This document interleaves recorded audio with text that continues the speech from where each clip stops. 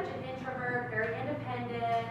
She's fine spending time on her own, and everything is going really good with her.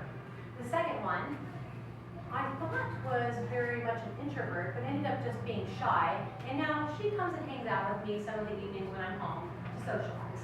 And then the third roommate who recently moved in is the opposite, completely an extrovert, has tons of energy, loves to socialize, actually is kind of a social fickle person.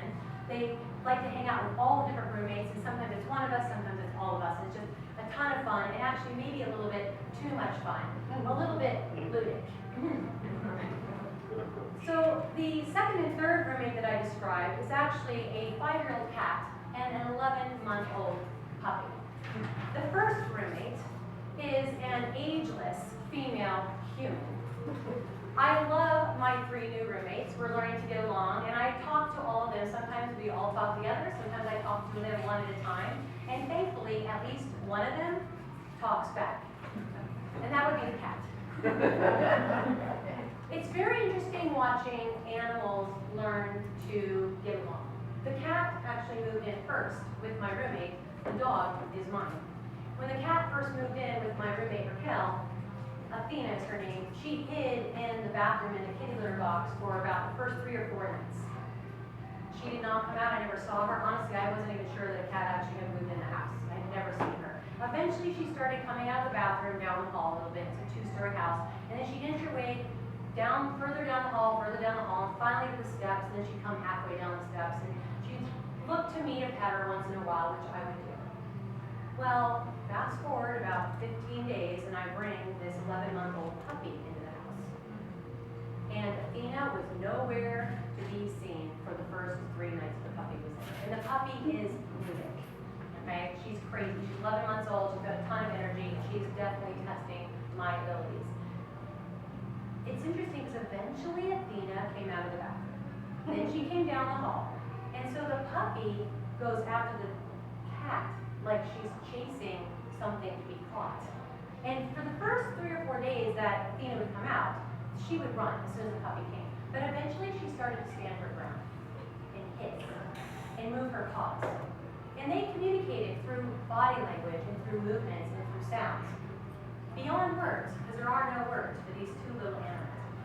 And eventually she made her way halfway down the stairs and stands on the landing.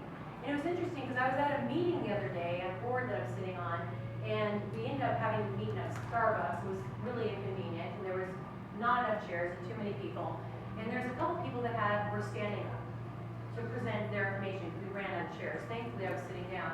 But I noticed that one of the people, when they were presenting their information, kind of, as they were standing, kind of leaned even forward more over the group. Their chest was puffed up a little bit, and their body language was really aggressive because they were passionate about what they had to say. And it was kind of like, whoa, whoa, whoa. And I think I felt the way that little dog feels at the bottom of the stairs, looking up at that cat on the ledge, hissing and waving her paw. And I thought, this is interesting that if you just watch the animals with no words, they're much like us, people, and how they learn to communicate without any words. And then I think about us as speakers.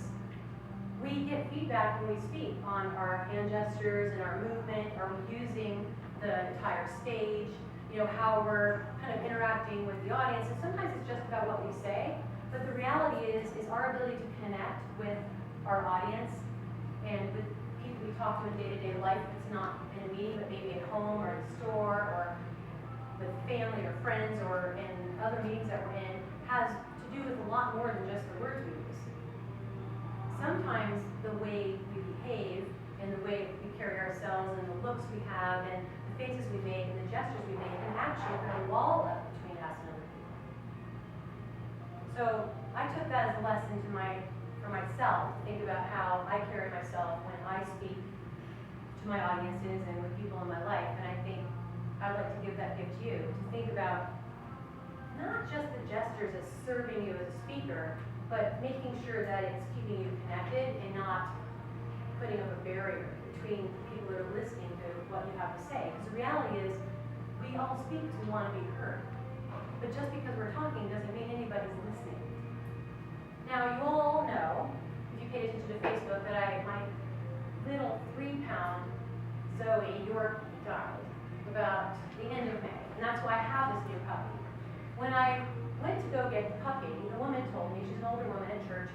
outside, she tripped over the dog, and it was a little bit too much for her, as it is for me. She said, oh, she's PPAT trained, she poops outside, and she doesn't bark that much. I was like, great. Now, either she lied, or it's what everybody says, is that the dog is just reverted back.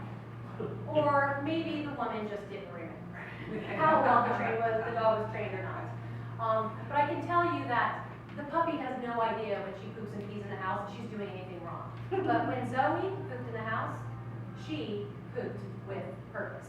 She knew she was doing something wrong. When I would look at that little 3-pound dog in front of the poop, and she would kind of raise one paw and look at me, would give me the stink eye as I'm talking to her about the poo, she was giving me a message. She was giving me bodily movement and body language messages. So I want you to think about the messages that you're giving, hopefully preferably through body language. And consider that people may not be hearing what you have to say because of the things that you're doing other than what you're saying.